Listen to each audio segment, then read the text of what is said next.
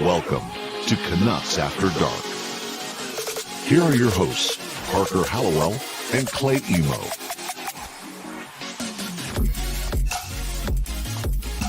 Good evening, Vancouver, and welcome back to another episode of Canucks After Dark here on October the 12th, the eve of the Vancouver Canucks season. NHL action got underway tonight with two games resulting in the Seattle Kraken getting their first loss in franchise history. And you might notice there's no one here to my left except this little logo of Clay in the corner. He will be here shortly, folks.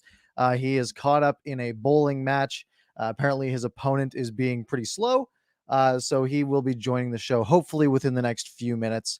And if I get an update from him, I will let you know. But for the time being, we'll kill some time. We'll try to save some of the bigger topics for a little bit later on in the show while he is here. But we do have a lot of fun stuff to talk about. Now, normally this is the part of the show where I say, hey, Clay, how are you doing? How was your week? And of course, he's not here. So he would have asked me the same thing. My week was good. Just got back from a little vacation. So we are ready for Canucks hockey. And I mean, look, the season starts tomorrow. We've got a game Wednesday, and then we got back-to-backs Friday, Saturday. So we're going to have 3 games to talk about next Monday on Canucks After Dark, which will be a lot of fun. But let's start with some of our big topics for the night. And the first topic is obvious, and that is going to be Olli Juolevi.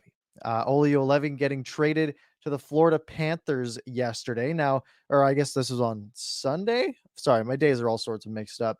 But Clay, I believe, did a video on this, but I did a video on this as well. Now, this was a whole saga that sort of started with training camp. And I mean, you could start the saga all the way back if you want. You could go back to the 2016 NHL entry draft where he got picked 5th overall ahead of guys like literally 1 pick ahead of Matthew Tkachuk. Clayton Keller was up there. Mikhail Sergachev was up there. Jake Bean, Charlie McAvoy. The list goes on and on. There's a lot of names.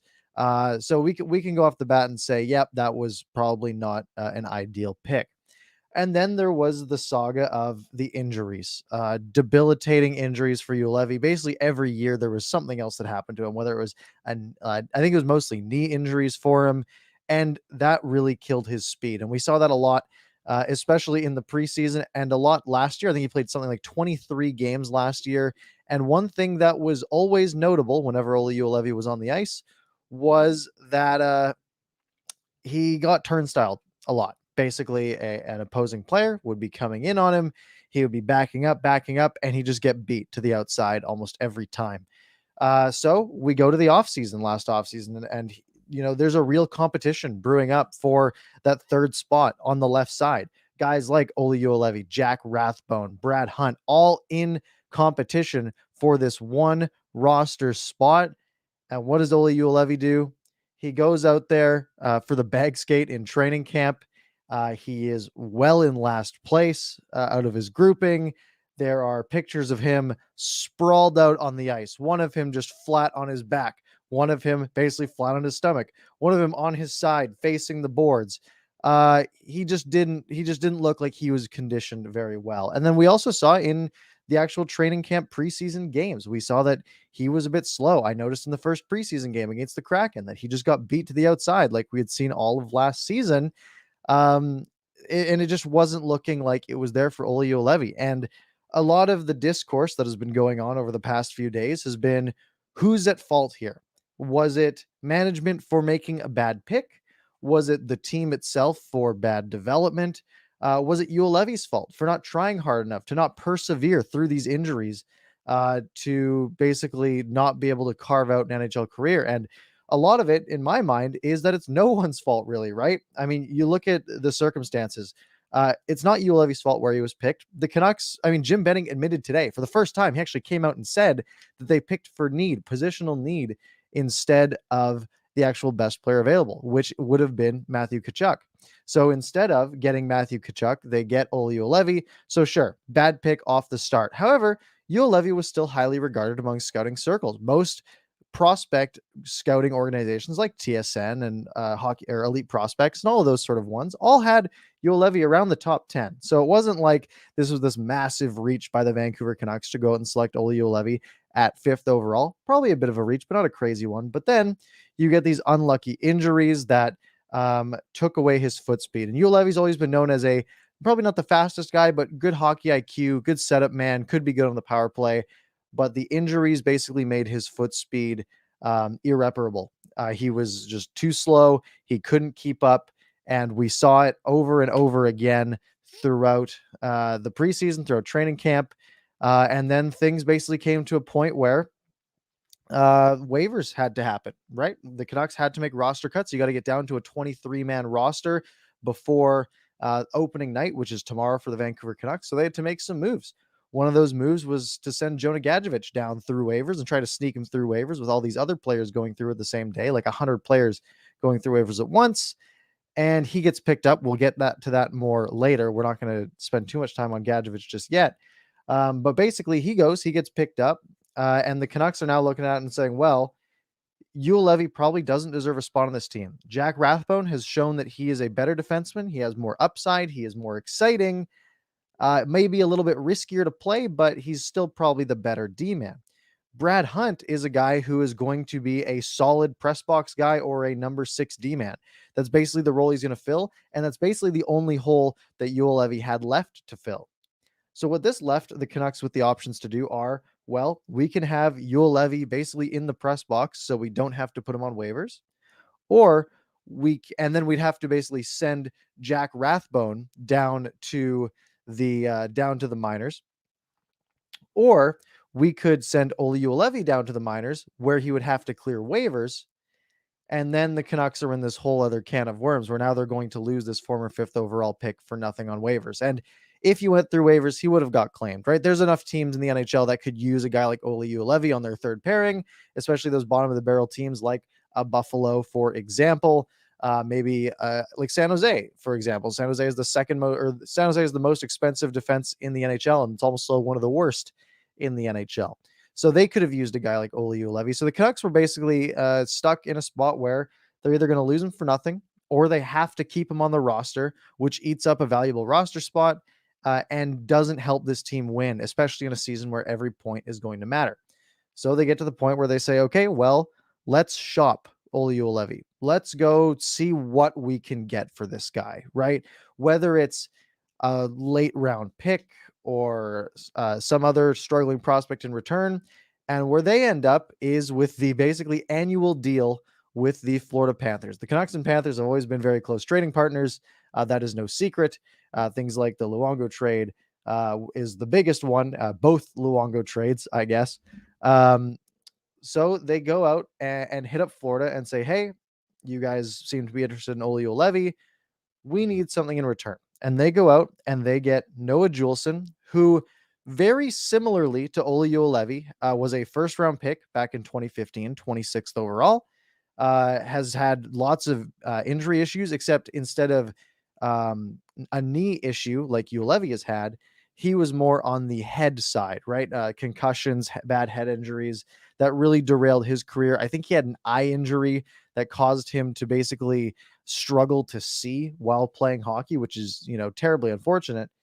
So the Canucks basically go out and they pick up him, who's going to be a project. And the thing about Noah Juulsen is that he is waiver exempt. He's already cleared waivers earlier in training camp. So he is able to be on the Abbotsford squad, which is great.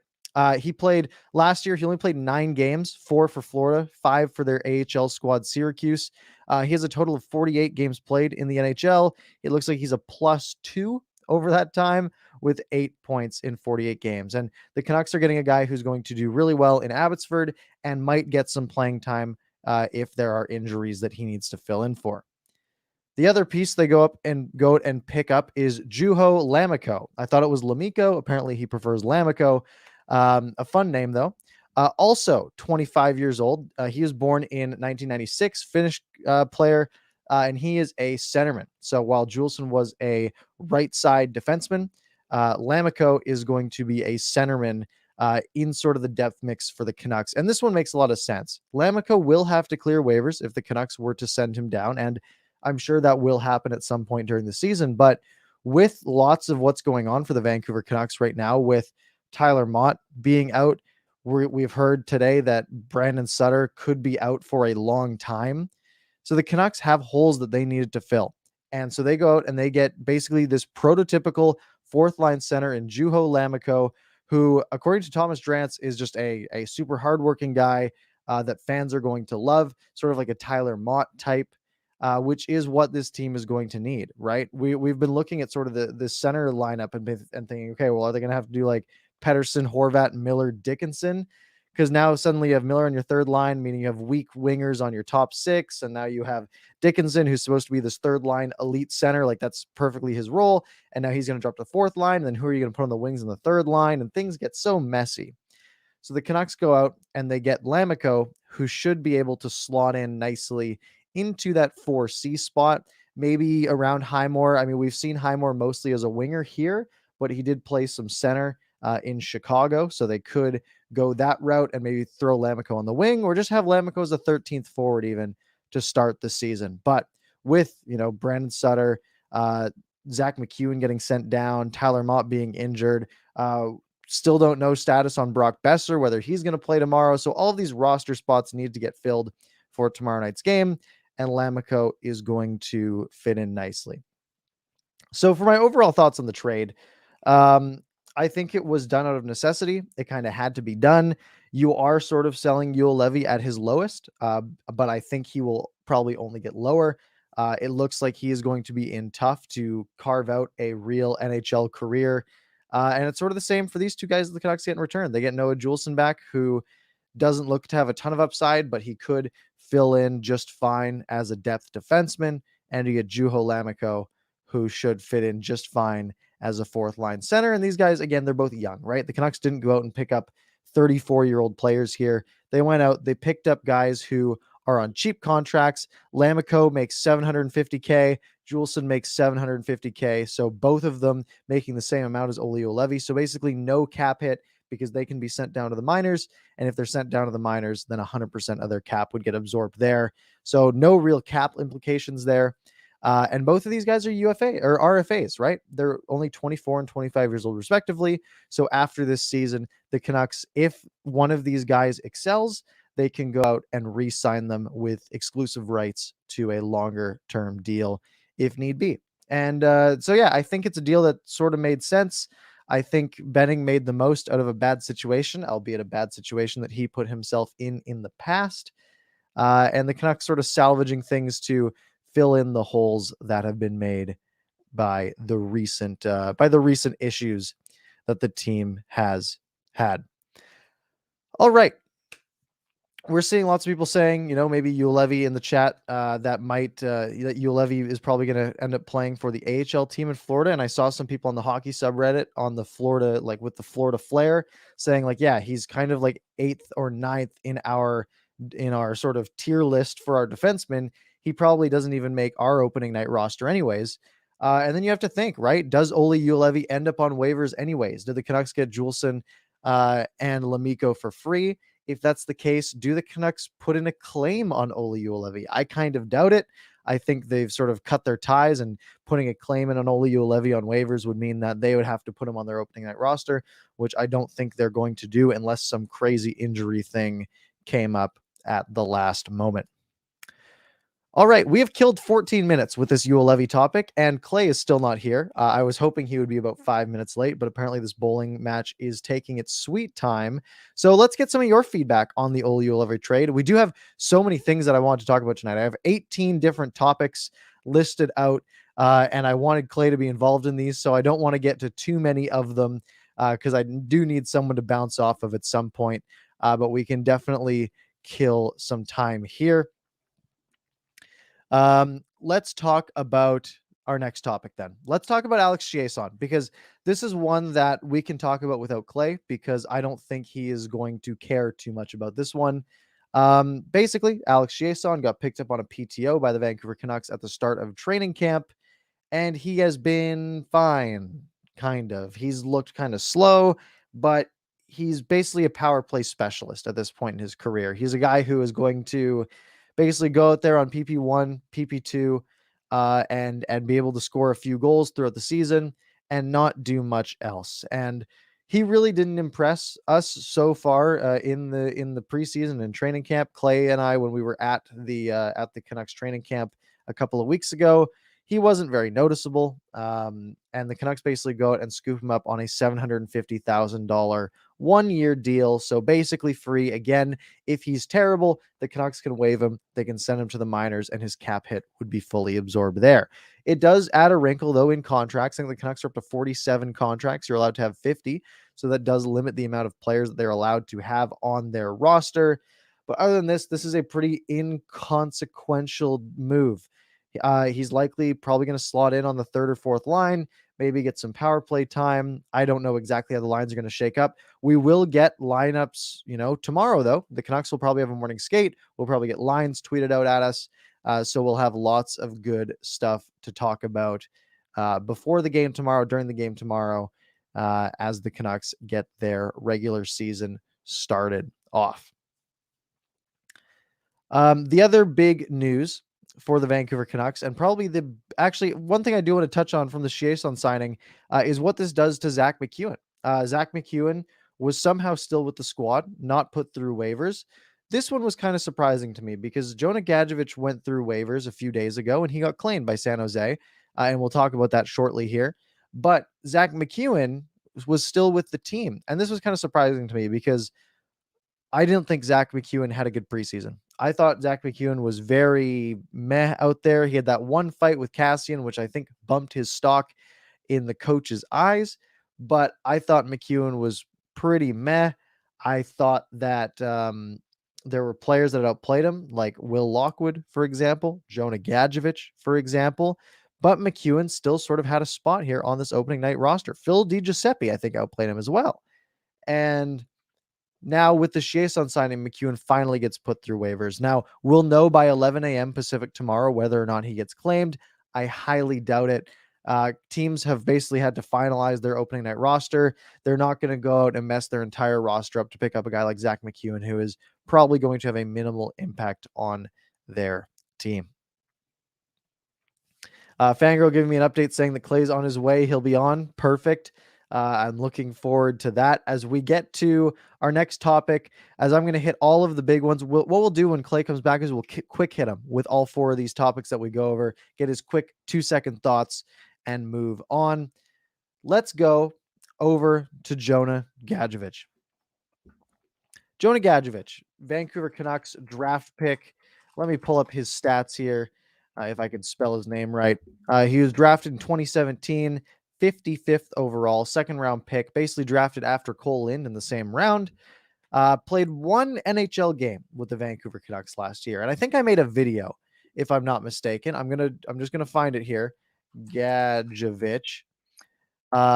He played his one game basically on May 16th, it looks like.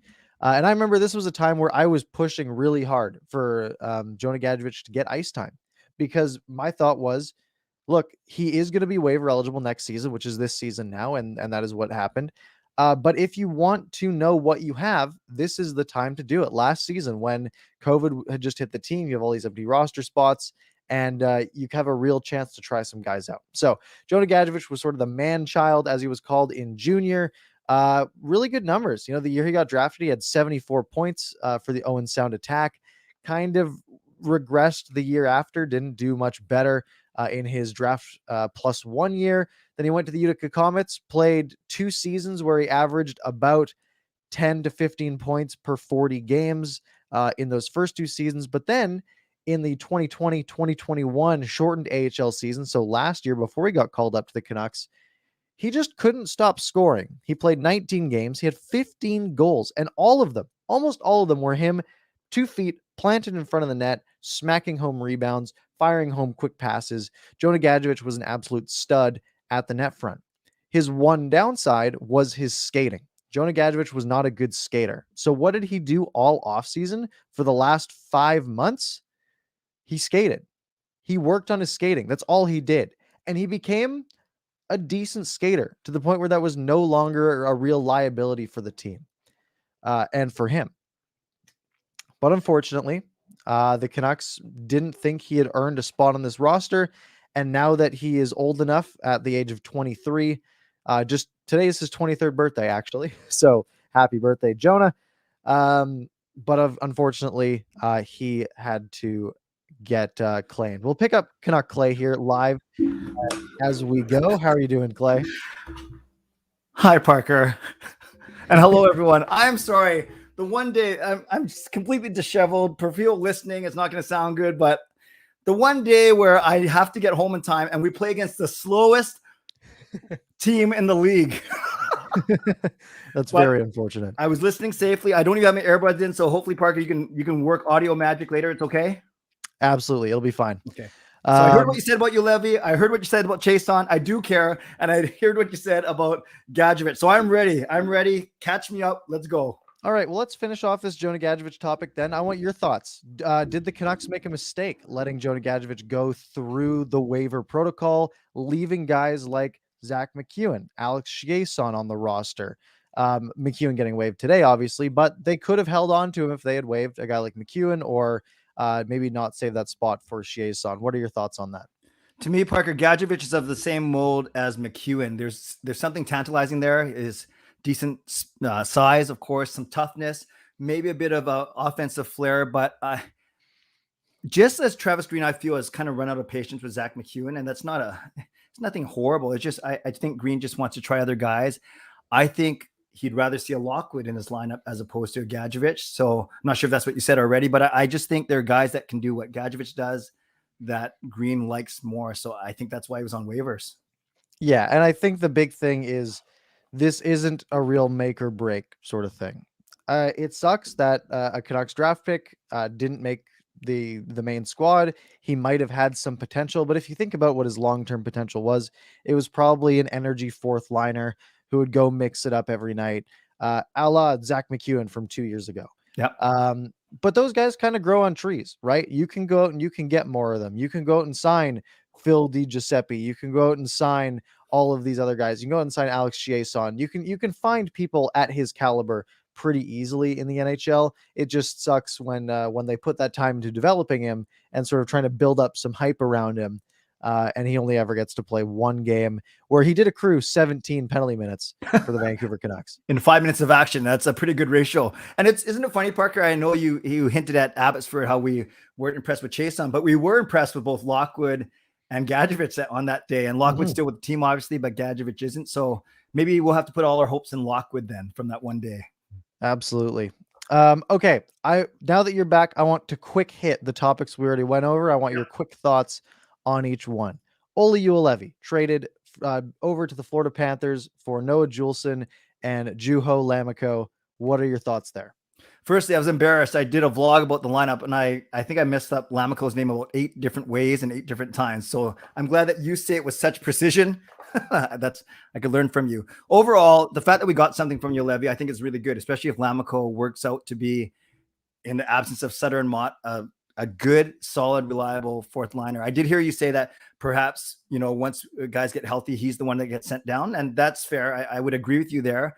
But for now, as a stopgap, as a guy who you can actually put on the penalty kill and a guy who brings energy, I'm actually fine with that. I don't know a lot about Juulsen, admittedly, aside from that he's from here and around the same age. But I think with the emergence of Jack Rathbone, as much as you and I like Rathbone, the writing was on the wall, because in young guys on the left side, there's Hughes and Rathbone ahead of Juolevi. On old guys on the left side, Ekman Larsson's here for another 6 years, right? Like it or not. So there was simply no spot for Juolevi on that left side. He's not going to unseat any of those 3. Yeah, absolutely. I like this comment from Rome saying Clay really smealed those names. It was horrible. It was horrible. Yeah. All right. I like your thoughts on that. Moving on. Chiasson, you said you do care.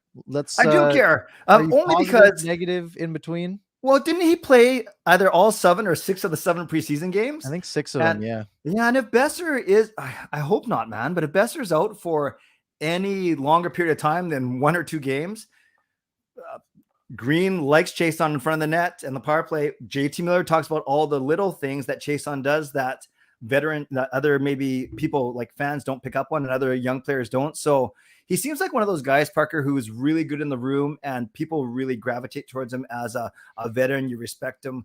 We might not think he's as flashy as a Besser, a Podkolzin, or a Hoglander, but I think those are the kind of guys that Green likes too, for better or for worse. So I'm willing to give him a shot. And if he sticks around on the team when Besser comes back, does he unseat a guy like, I don't know, Highmore or Lammikko on the fourth line, right? I don't know. Yeah, definitely interesting to see. And he sort of seems to be a power play specialist at this point, where he doesn't do much else. But the Canucks, if Besser is out, it's a low risk, basically no risk signing. All it eats up is a contract spot. If they need to waive him, send him down to the minors, they can. Basically no consequence to the team's salary cap situation. Yep, absolutely. And I like, I told you this and we kind of joked around about last week. I like Patan more than Chiasson, but I think Chiasson's a bit bigger and a more of a solid player, maybe net front on the power play if that's what they're looking for. Although I think Patan can kill penalties, right? And Chiasson doesn't? Potentially, that sounds right. Okay. But Patan was the extra forward, I just said, how Canadian can I be? Patan was the extra forward today, the 13th forward. So looks like he's the odd man out tomorrow if Besser doesn't play as well.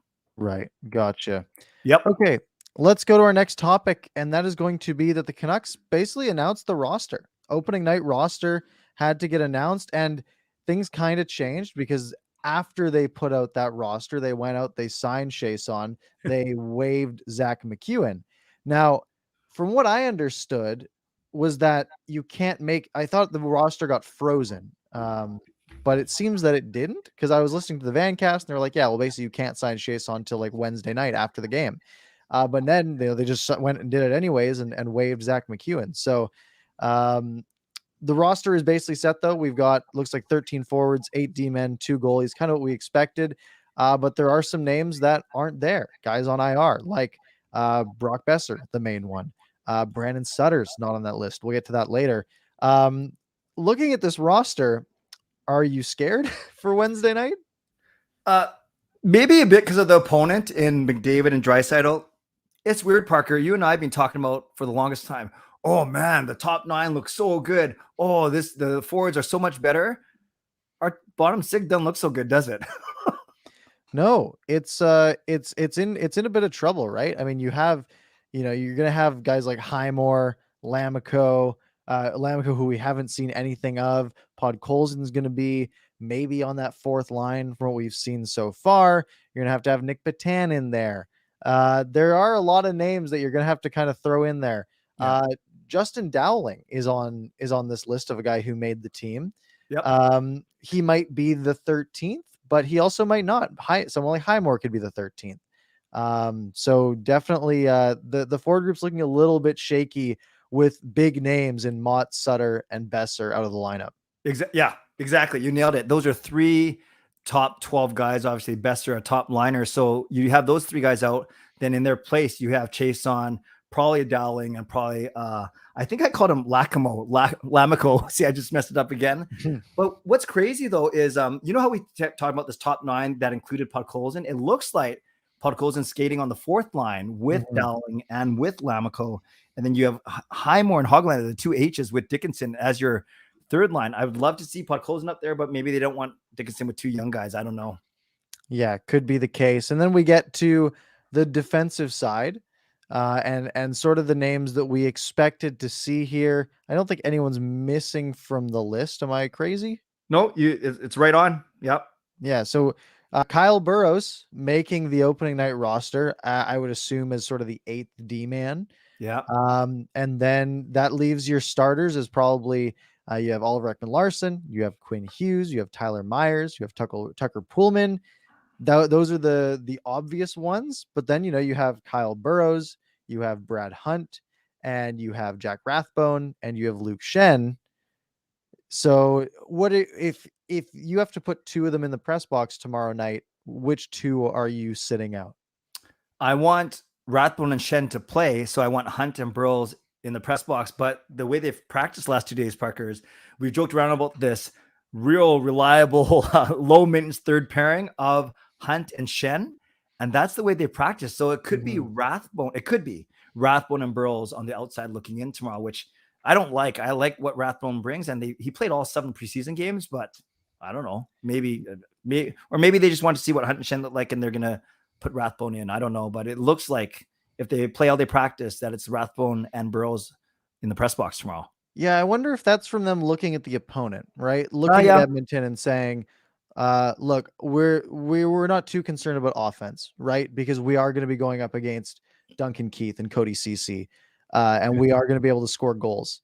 And thinking, okay, well, maybe we'll put out Hunt and Shen, who we can at least trust as veterans. But I mean, do you want Hunt and Shen out there against Connor McDavid? I don't think so.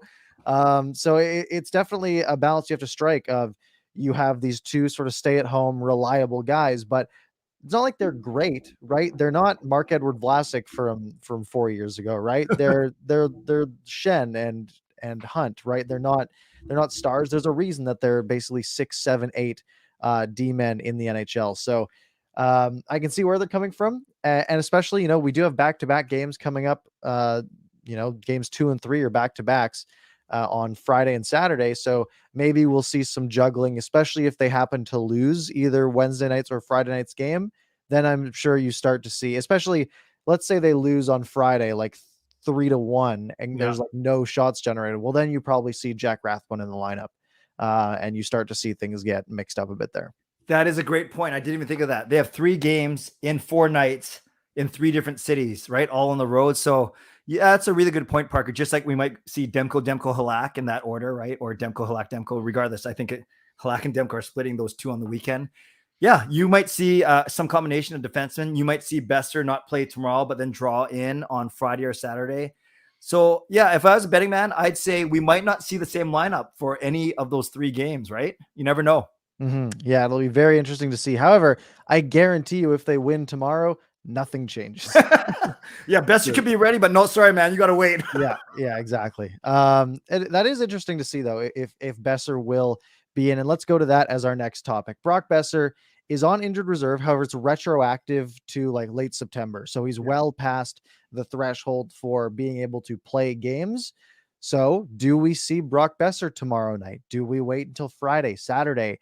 Is it a week? Is it 2 weeks? We don't have a lot of information other than he has not been ruled out yet. Yeah, and Jim Benning says day to day. So obviously we kind of get our hopes up. Day to day means it could be today, it could be the next day, as opposed to saying, oh, he's gone for 2 weeks or he's gone for a week. You're right. They put him on retroactive September 29. So he's off on October 6th, which happens to be, is that tomorrow? No, other way around. No, was a week ago. Yeah, he's been off for a long time. What am I talking about? So why do they do that? Do they save some money when he's on? I don't get it. I think it's just a roster spot if you're on IR, right? Oh, right. That way they could dress just in case he can't dress tomorrow. The fact that he hasn't skated with the big group, Parker, if as much as I want him in, just as much as I want Rathbone in, if I had to bet, I guess that he doesn't play tomorrow and then he plays Friday or Saturday. It just because why wouldn't you want him skating with his line mates, right? You just reunited Miller with Pettersson. Wouldn't it be cool to see Besser on the right side? So absolutely.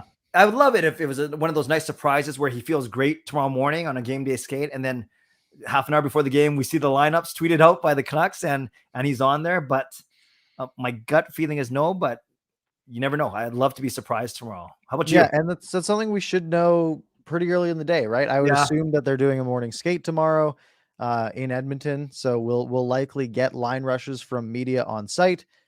So hopefully we'll see like Bachelor or Drance giving us lines, and we'll see, is Besser skating with Pettersson and Miller, or is he skating with Justin Dowling on sort of like a 5th unit? And that'll be definitely something to keep track of. Yeah. 5th line of Rathbone, Besser, and Dowling. It'll be awesome. Yes. Just skill. Let's keep going with people who are out, and that is Brandon Sutter. And this is unfortunate. Basically we had heard fatigue was the cited term that we kept getting regarding Brandon Sutter. And then Jim Benning says that he is experiencing long haul COVID symptoms, and that he's not going to be back anytime soon. I saw some anecdotal, conversations from people online, like on Reddit, of people saying like, yeah, I had it too. And some days you feel absolutely fine, like 4 months after having it. And the next day your lungs hurt after going up a flight of stairs. And it's one of those things where, you don't know how long it's going to take, right? Whether it's, it could be 2 weeks from now, he feels great. It could be 3 months from now. And that's a big hole for the Canucks to fill, right? We've joked about Brandon Sutter in the past being, this foundational player and making $4 million a year, but that's not him anymore, right? He is a bona fide fourth line center that this team kind of needs. And, probably one of the reasons they went out and pushed for Joe Lammikko in that trade with Florida. Just an unfortunate situation.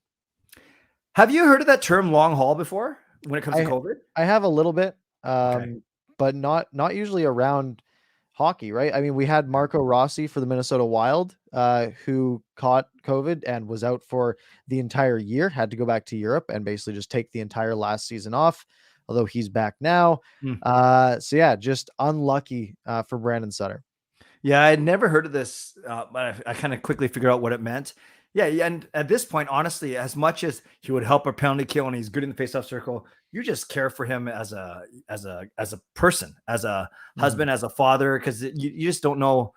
We don't know. Well, actually, I should say some of you out there who've unfortunately had COVID, you do know what the Canucks went through last year. I haven't had it, thank God, but I can only imagine what it's like. So I'm sure Sutter, as much as he loved to play hockey, I think he just wants to be healthy for his family first. And it's really, really unfortunate. So it's kind of like one of those things, man, when he comes back, we'll welcome him with open arms. We'll take his very efficient contract of just over $1 million for a year. But until then, what can you do? You find guys to plug in, and you hope that he recovers really quickly, because it's very scary if this is remnants of something he caught at some time in the past few months.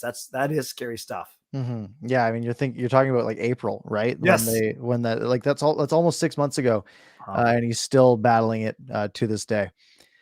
Yeah. All right. Couple other quick Canucks topics while we still have you on the line. We'll go to. Did you tell everyone that I have to leave early too? Yeah, he's got to leave a little bit early, so I'll be wrapping up the show too, but that's okay. So we had some waiver news and some guys these are basically names that didn't make the team, right? Madison Bowie, I think we expected that. Yeah. Justin Bailey, not super surprising, unlucky for him, right? I mean, he never really got a chance to work with the team. He had that positive COVID test when he tried to cross the border in right before training camp. So we missed most of training camp. So he'll go to Abbotsford and get some playing time, and he'll be one of the early call-ups, I would assume. And then some of the more surprising names, Phil DiGiuseppe actually impressed a lot of people, and lots of people were upset that he didn't make the team. However, he did clear waivers. And Travis Hamonic, the other big one, not going to be with the team opening night, being sent down to Abbotsford as well. Yeah, let's do DiGiuseppe. See, I can't say these names. Let's do DiGiuseppe first, and then we can talk about Hamonic. The DiGiuseppe one was interesting because I went to the game on Saturday, the last preseason game, and he looked good, man. He scored the one of the two Canucks goals. He was aggressive on the boards. He won a lot of races to the puck. And I said, there's no way this guy is gonna not make the team. There's just no way. He's outplayed McEwen, Highmore, all those guys. And then the next day we find out he's on waivers. And honestly, Parker, I don't know about you. I know you're away, but I'm sure you're following the news. I thought he would get claimed for sure. Yeah, it was interesting because I mean, you see all these. It's one of those things where there's so many guys on waivers that True. Teams have so much prioritizing to do, right? Especially if you're later in the waiver priorities, you might be like, okay, well, we're putting in a claim on this one guy, so we can't put a claim on this guy because if we claim two guys, then we're gonna have too many spots filled or something like that, right? So yeah. Actually, do you remember when we talked about that at the start of the summer? We were joking around about if they have to waiver Juolevi, that they're gonna try and bury him with a bunch of guys. Mm-hmm. And it's what they tried to do with Gadjovich, right? Yeah. I mean, they waived him on a day that there was like 100 people on waivers. And it didn't matter. He was the one guy that day who got claimed, which is crazy. Cole Lind was on waivers the same day. Yes. And Gadjovich was the one that didn't get through. Yeah. So I think DiGiuseppe, McEwen, Lockwood, those are the kind of guys that will remember. We have one healthy forward extra. We have 13 forwards, but I think those are kind of first call up type of guys. I would not be surprised to see DiGiuseppe get some games with the big club this year. Mm-hmm. The thing is, if this team's healthy, then there's not a lot of spots, right? True. Because we're talking about these guys who weren't able to make the team with Sutter out, with Mott out, with Besser out, right? There's three roster spots that are going to push these guys down even further. Yeah. But yeah, I was surprised to see someone like DiGiuseppe get waived ahead of Zach McEwen. Because like we've said, Zach McEwen just hasn't looked the same as he did a couple of years ago. The bigger one is the Travis Hamonic one. And we don't want to, speculate or anything. We've heard, it's a family matter that we don't need to get too far into. However, it has impacts on the team, right? The Canucks are now out of a defenseman who is going to be eating up about $1.875 million of the cap while he's in Abbotsford. Just another sort of lost body. The Canucks are kind of 4 guys short going into opening night already. That's right. And I'm glad you brought up that number, Parker, because as we know, or as we've learned, the maximum you can put in Abbotsford is 1.125. So that's why we're still on the hook for 1.875 against our cap. It's the worst case scenario, as we talked about last week, I guess the worst case scenario is $3 million. So we still have 1.875 against our cap for a guy who's supposed to be in our top 4, playing with our best defenseman who's not even playing. So, there's hope that Jim Benning has hope that he's going to report to Abbotsford eventually so he can come up. So yes, it's not, I think we can talk openly as adults without and not be salacious in our gossiping, but we can say, as others have said, if it was mental health or family or whatever, then there's ways that you could work with that. But even the way Jim Benning talks, he'll get there eventually. This is just my guess, is that he will, or he has been vaccinated, but he hasn't been cleared yet. So maybe that's why it's going to take a few months, or maybe they're trying to convince him to. If that's the case, I just started speculating, but if it's family or anything else like that, then I think there's other ways to do it. Just a thought. Fair enough. All right. We have 20 minutes left in the show. You're here for what? 10 more minutes? Yeah. I have to leave right at 10:51. 10:51. Okay. I don't think you probably didn't come with a haiku then, did you? We'll make one up on the very slow team I played against tonight, and I'm really mad I lost there. Perfect. Great haiku. Thank you. My haiku is a little bit more romantic about the season starting. I just want you to imagine, maybe open your window, take a look outside. Yellow and red leaves, rain, and a cold 10 degrees signals season's eve. As the NHL season, this NHL season starts tonight, but the Canucks obviously play tomorrow. Speaking of, one thing that we haven't pushed in a little bit is making your season predictions. It's linked in the description. It's a thing that we've done a couple weeks ago where you can sort of submit your predictions for the Canucks team this year. There's about 70 people who have submitted your predictions already. Wow. There's 2 things that you won't be able to get points for, and that's the Pettersson and Hughes contracts. Because those have already been announced, but the rest of them you can try to get points for. Winner will get a prize at the end of the season. So after the show, click that link, enter all your predictions, and join us in. By the way, did anyone come close, Parker, on that Pettersson and Hughes contract question? I haven't looked yet. Okay, I just wanted. A couple of other Canucks related things. Let's go into our plans coming up here. There's a couple other things that I want to talk about. I don't think we care about the TD helmet sponsorship all that much. It's my home green, bank, but it's very square. I don't love it, but whatever. But the big one is what is coming up for us this week. Obviously, we don't have Canucks After Dark again until Monday, but there is something more fun going on, and that is your 24-hour live stream coming up in a handful of days, and my post-game shows kicking off this week. So why don't you push your live stream a little bit and tell people what's going on? Sure. Thank you, Parker. Yes, I've planned this for about 2 months now, and I can't believe it's I almost got scared, Parker, because you were away and I had a bunch of tech questions, but I figured it out. I think I say that now. Watch, it's going to blow up. My computer's going to blow up after an hour. But yes, this Friday from 7 p.m. to Saturday at 7 p.m., I'm going to try and stream for 24 hours without sleeping. So I have a few guests lined up, some bigger names, some smaller names. Parker, I'll message you a bit later. And then you can suggest a big name if you want. That's fine. Some family contests, some prizes, some giveaways. Marie's coming in to do a concert. So it's a way for me to continue to build community on YouTube and just celebrate the start of a season after a dog's breakfast of a season last last year. So looking forward to it. It fell in the fact that they are playing 2 games right away on the road. So I won't be going to, and no work commitments. I just said, why not? So that's basically, I'm going to release on Thursday some of the guests, not all, just so people can start planning their weekend. And believe it or not, I do have guests coming through the middle of the night. They chose those times. I don't know what's wrong with them, but I'm certainly grateful. That way you're not staring at me trying to stay awake for 6 hours from midnight to 6. So yeah, I'm very excited. I just chance to do something different. So thank you for giving me the chance to share that. Absolutely. Yeah. Looking forward to it. It'll be fun. And for myself, we've got live post-game shows after all 3 of these Canucks games coming out this week. And if you don't know what the games are, tomorrow, 7 p.m., the season opener, Canucks in Edmonton at the Edmonton Oilers. Make your prediction. Are the Canucks going 1-0 to start the season? Are you asking me right now? Yes. Absolutely, yes. And they're going to win 4-2 because that's the only score I always guess. 4-2. I'm going to go 6-4. We're going high scoring, bad goaltending all around, bad defense. I'm taking the over. I love it. And then the rest of the games, like you mentioned, Friday, 4 p.m. against the Flyers in Philadelphia. I'll be doing a post-game show right after, and then that'll lead into Clay's 24-hour live stream at around the same time. So that's going to be a lot of good content for you guys. And then Saturday, the back-to-back 4 p.m. against the Red Wings. A nice little afternoon game here in Vancouver, as hopefully the Canucks can get out to a hot start this season.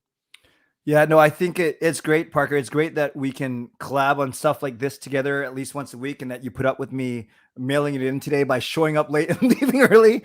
But yes, the fact that you can stream tomorrow after the game and we can all come to your live stream. And then while I have you on, also Marie's coming over. So we're recording our next song. I'm so excited. The first time together in 2 years to do a Canucks parody, which is pretty cool.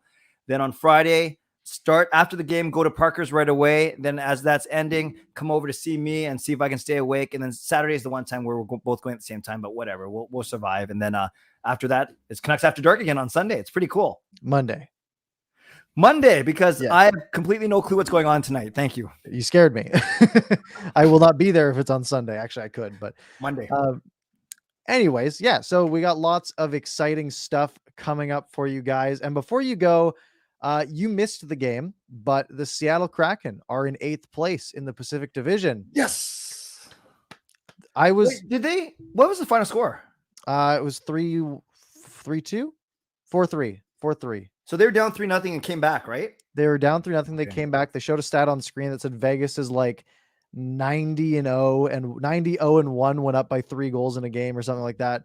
And they held on to this one. Yeah, they're up 3-0. Kraken scored 3. They answered with 1 late. And this was what I was hoping for. I hate cheering for Vegas, but I'm already in strategy mode, right? If you're looking at the Vancouver Canucks, you want the Canucks to make the playoffs. Look, Vegas is making the playoffs, right? Yep. Vegas is going to be right at the top of the Pacific Division. Yep. So we wanted Seattle to lose in regulation, and we get the result we wanted. So the Canucks are not in last place in the Pacific Division. They are tied for 2nd with 0 points, and they'll take on the Oilers tomorrow. And was it in regulation?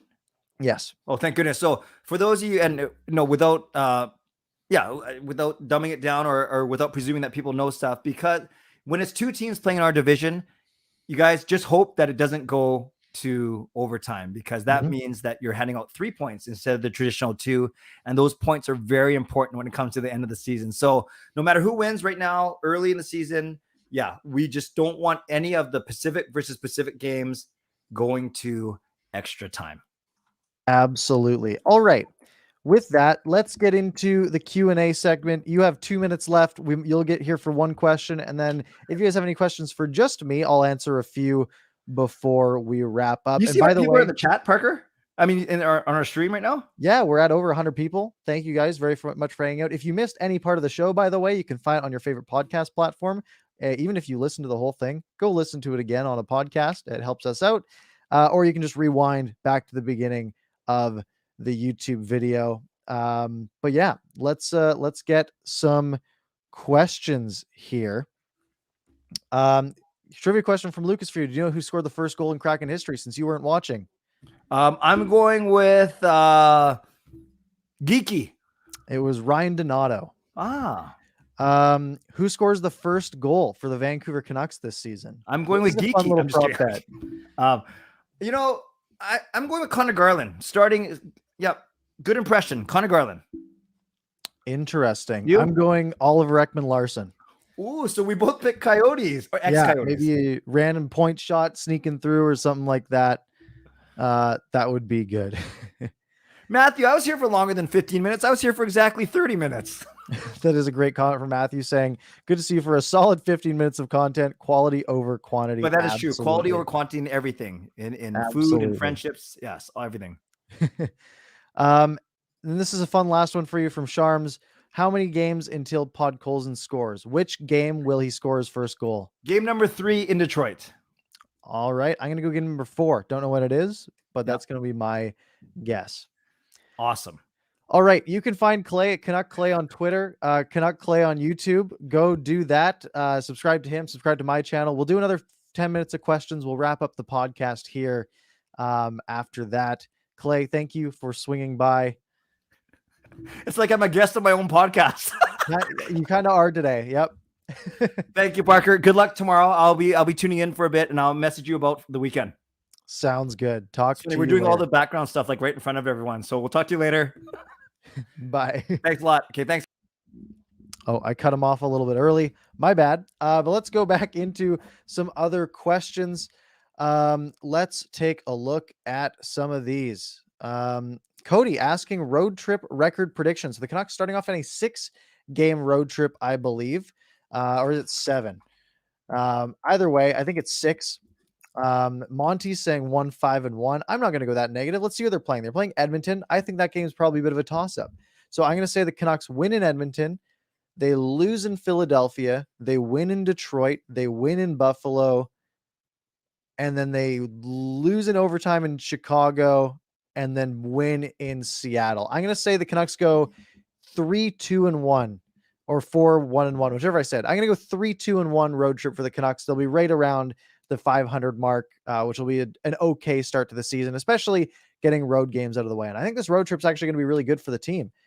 Travis Green mentioned it. It's going to help them sort of bond. It's a bunch of new guys that haven't played with each other, and having them basically go on the road for 6 games for 2 weeks, meet up, get everything, get bonded, get chemistry out on the ice could be really good for the team. What else do we have here? Eggum saying, is this a potential make or break road trip? Everything is potential make or break. Look, if the Canucks go 6-0, then yeah, like this, then we're saying, all right, this team is here. If the Canucks go 0-6, then we're panicking, or they go 1-5, we're panicking. However, if they go 2-4 or 4-2 or 3-3, or 1-4, then there's no, like, we're not panicking yet, right? It's, it would be unfortunate, but nothing's make or break this early in the season. It's a long season, 82 games. It's not 56 this year.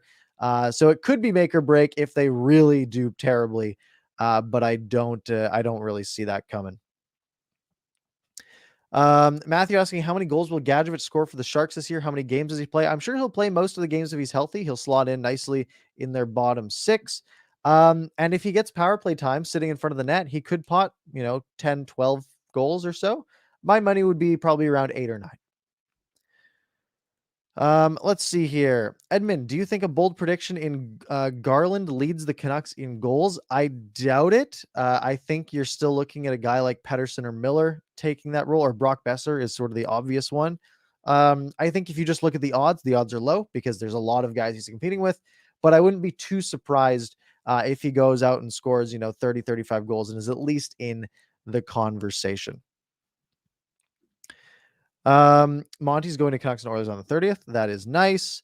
Let's see, what else do we have? Time for hockey asking, does Juho Lammikko fight?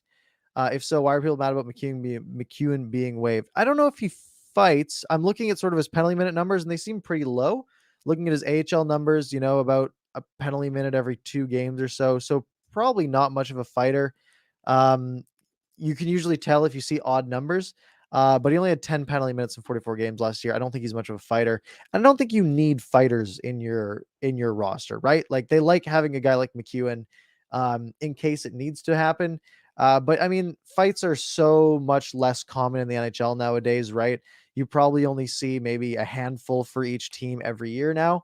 So it's not like you need a guy in your lineup every night who can go out and throw hands if you have to. Usually, if there's going to be a fight that needs to happen, lots of the times you know about it in advance. Like, for example, when Mike Matheson injured Elias Pettersson, you knew 2 months in advance that they were going to fight, that there was going to be a fight next time they met up. So then, yeah, you can call someone up, put someone in the lineup if need be. But otherwise, yeah, he's not going to be a fighter, and I'm not too concerned about that. Agam saying, do you think we won the Juolevi trade? I think the Canucks made the best out of a bad situation that they kind of put themselves in. I think it's kind of a win for both teams.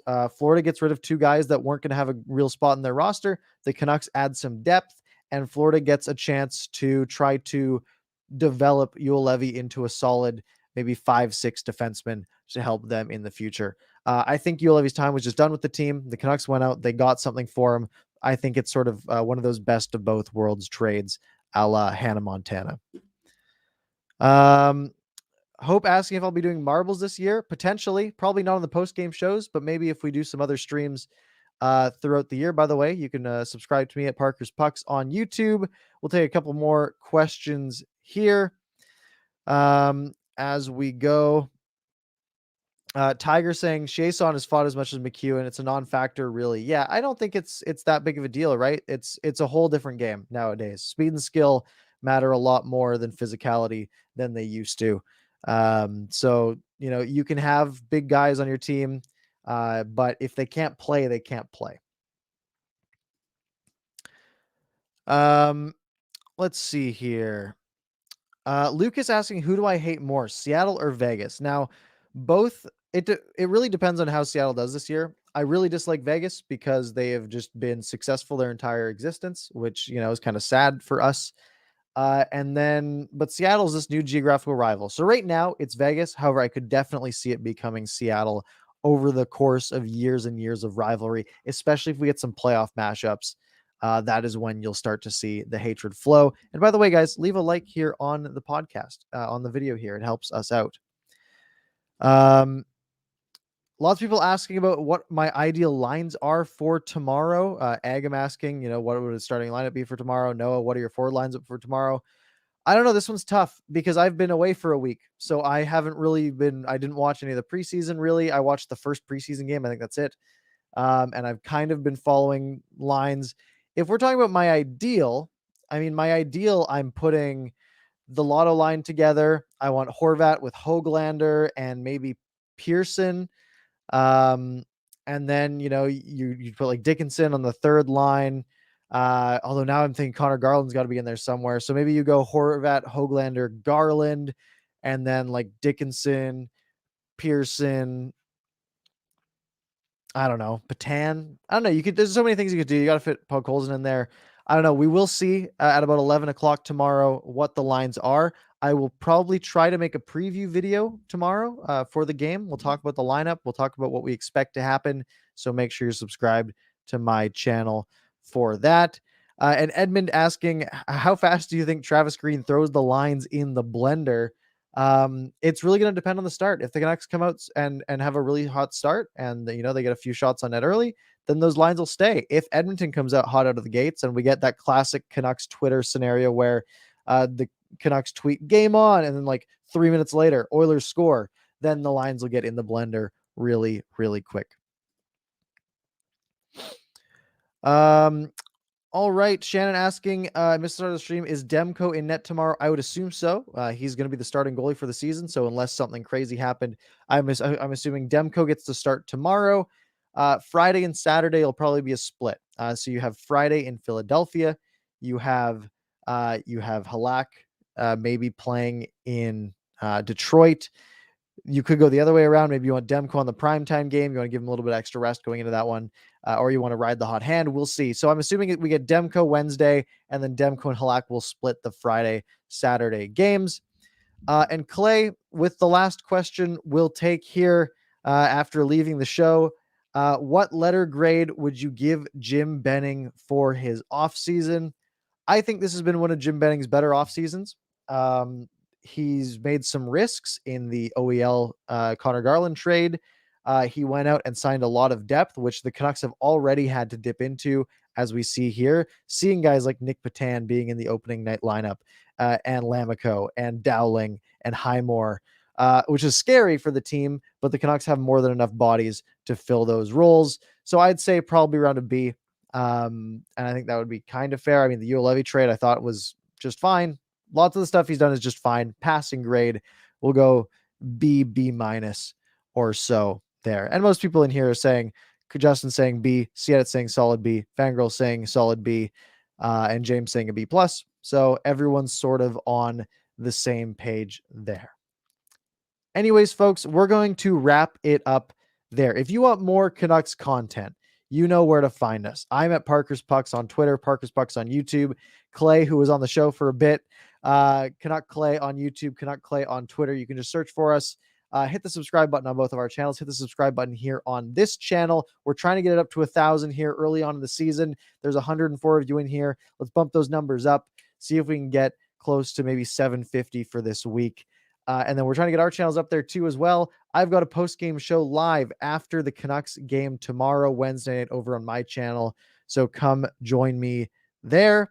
I hope you had a good evening, and the Canucks season starts tomorrow. Get fired up, folks, and I will see you after the game.